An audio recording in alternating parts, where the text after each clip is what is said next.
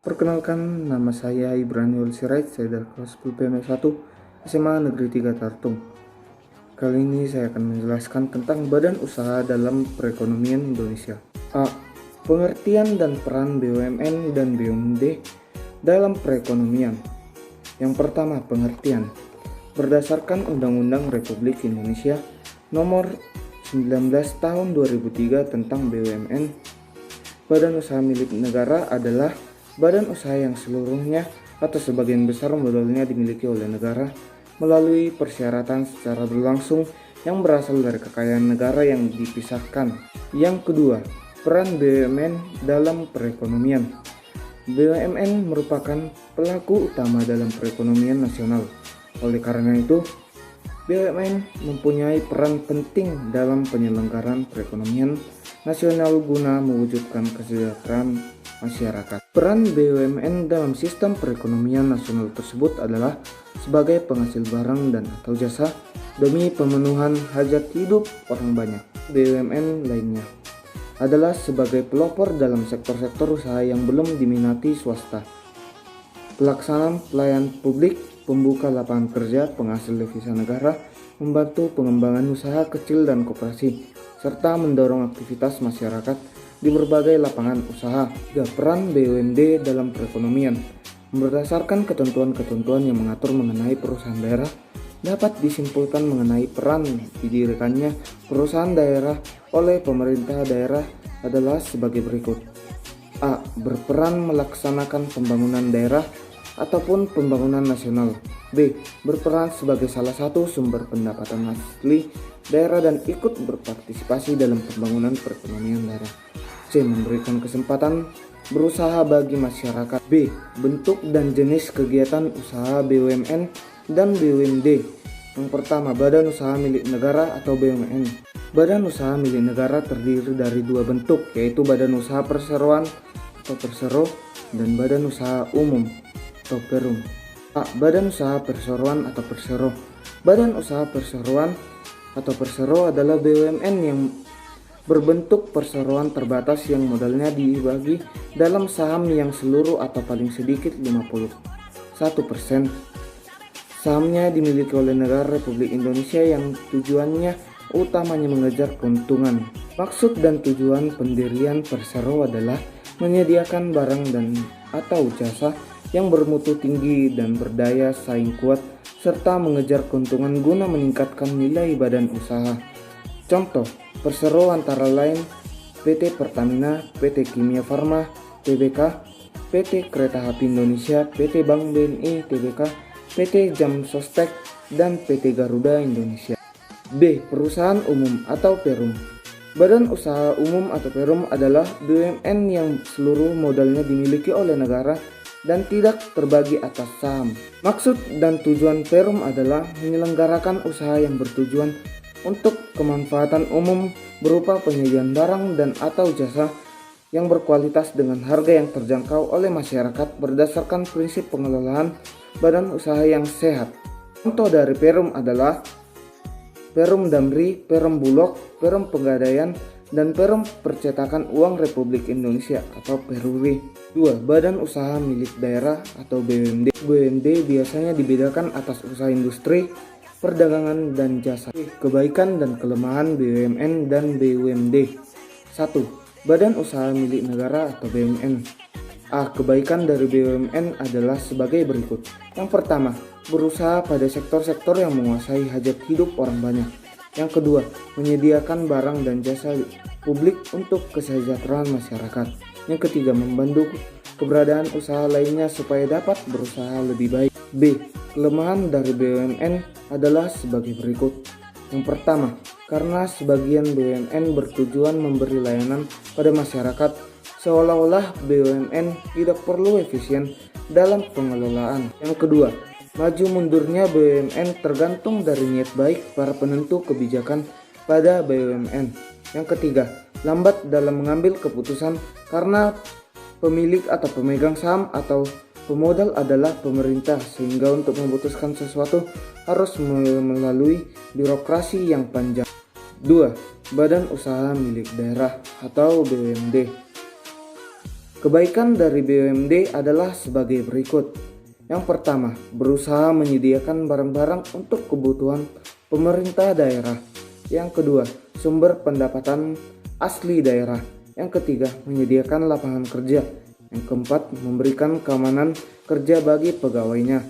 B. Kelemahan dari BUMD adalah sebagai berikut. Yang pertama, pengelolaan menyangkut birokrasi sehingga BUMD kurang cepat mengambil keputusan.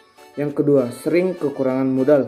Yang ketiga, maju mundurnya BUMD dalam banyak hal tergantung kepala daerah karena yang mengangkat dan memberhentikan direksi BUMD adalah kepala daerah. D. Pengertian dan peran BMS dalam perekonomian. Badan usaha milik swasta atau BMS adalah badan usaha yang modalnya dimiliki oleh pihak swasta. Badan usaha swasta dibedakan atas badan usaha swasta dalam negeri dan badan usaha swasta asing. Badan swasta dalam negeri adalah badan usaha yang modalnya dimiliki oleh masyarakat dalam negeri. Sedangkan badan usaha swasta asing adalah badan usaha yang modalnya dimiliki oleh masyarakat luar negeri. Peran badan usaha swasta dalam perekonomian. Yang pertama, sebagai mitra BUMN.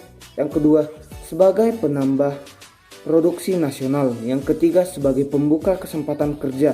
Yang keempat, sebagai penambah kas negara dan pemacu pendapatan nasional. E. Bentuk dan jenis kegiatan usaha BUMS. Usaha swasta terdiri atas 3 bentuk, yaitu badan usaha perseorangan, persekutuan atau partnership, dan perseroan terbatas. Pertama, badan usaha perorangan.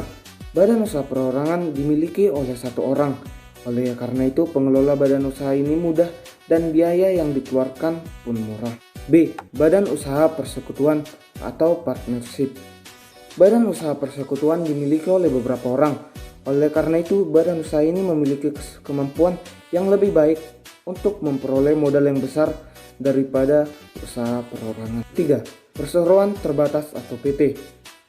Perseroan terbatas adalah badan usaha yang didirikan oleh beberapa orang berbadan hukum dan modalnya terdiri atas saham-saham. Milik saham terbesar memiliki kontrol terbesar atas badan usaha. Kebaikan dan kelemahan BUMS. Kebaikan. Yang pertama, cepat dalam mengambil keputusan karena pemilik modal juga kadangkala menjadi pengelola. Yang kedua, memberi kontribusi dalam menaikkan produk domestik bruto. Yang ketiga, cepat mendapat modal karena pengelola umumnya juga pemilik. Yang keempat, penyumbang pajak pada kas pemerintah. Yang kelima, banyak menampung tenaga kerja. Yang keenam, penyedia barang atau jasa. Kelemahan. Yang pertama, terlalu memikirkan laba sehingga sering tidak memerhatikan lingkungan. Yang kedua, sering kesulitan untuk mendapat pinjaman. Yang ketiga, sering terjadi silang pendapat antara manajemen perusahaan dengan serikat buruh. G. Tahapan mendirikan usaha dalam BUMS. Yang pertama, mempersiapkan sejumlah faktor antara lain barang dan jasa yang akan dijual, sistem pemasaran, penentuan harga, sistem pembelian oleh konsumen, kebutuhan tenaga kerja, organisasi badan usaha, dan jenis badan usaha yang hendak dipilih. 2. Memperhatikan beberapa hal yang harus dimiliki seperti modal, daftar para pemegang saham, tujuan usaha, dan jenis usaha. 3. Mempersiapkan dokumen perizinan antara lain surat izin tempat usaha atau situ, surat izin usaha perdagangan atau SIUP, nomor pokok wajib pajak atau NPWP, nomor register perusahaan atau NRP, nomor rekening bank atau NRB, analisa mengenai dampak lingkungan atau AMDAL, dan surat izin lainnya yang berkaitan seperti izin penggunaan tanah dan izin mendirikan penggunaan bangunan atau IMB. 4. Mengadakan rapat umum pemegang saham. 5. Membuat akte notaris berisi antara lain nama-nama pendiri, komisaris, direksi, bidang usaha, tujuan perusahaan didirikan. 6. Mengurus izin pendirian dengan didaftarkan di pengadilan negeri. 7. Mengurus pengesahan menjadi badan hukum berkaitan dengan jenis usaha yang dijalani. 8. Mendapatkan legitimitas dari Kementerian Kehakiman dalam lembaran negara. Studi kelayakan usaha. Pengertian. Menurut Ahmad Subagio, studi kelayakan adalah penelitian mendalam terhadap suatu ide bisnis tentang layak atau tidaknya ide bisnis tersebut dilaksanakan. Tujuan studi kelayakan usaha. Suatu proyek investasi umumnya memerlukan dana yang cukup besar dan mempengaruhi perusahaan dalam jangka panjang. Tujuan studi kelayakan usaha adalah untuk menghindari keterlanjuran penanaman modal yang terlalu besar untuk kegiatan yang ternyata tidak menguntungkan. Aspek studi kelayakan usaha menyangkut aspek-aspek berikut. Yang pertama, pemasaran dan pasar mencakup estimasi pasar sasaran, segmentasi pasar, rancangan produk dan para pesaing. 2. Perilaku konsumen mencakup sikap konsumen, keputusan pembeli konsumen, dan perilaku pasca pembelian produk. Ketiga, sumber daya manusia mencakup analisa pekerjaan, tenaga kerja, pelatihan, dan pengembangan karir. 4. Organisasi mencakup efektivitas organisasi, kepemimpinan, dan pengembangan organisasi. 5. Akuntansi mencakup laporan keuangan, neraca, dan laporan laba rugi. 6. Manajemen operasional dan teknologi mencakup proses produksi, perencanaan kapasitas, pemilihan teknologi, dan perencanaan sistem kerja. Yang ketujuh, keuangan mencakup sumber-sumber dana, perkiraan investasi, biaya operasional, dan perkiraan pendapatan. Yang ke-8, hukum mencakup izin lokasi, izin usaha tempat usaha, dan SIUP. Yang ke-9, politik, ekonomi, sosial, dan lingkungan hidup mencakup situasi pemerintah, UMR, dan analisis dampak lingkungan. Pihak-pihak yang berkepentingan. Yang pertama, investor yang akan menanamkan modal jika studi kelayakan layak untuk direalisasikan. Yang kedua, kreditor yaitu lembaga keuangan yang akan mengucurkan dana jika studi kelayakan dilakukan meminjam dengan baik. Yang ketiga, manajemen perusahaan yang akan menjalankan usaha.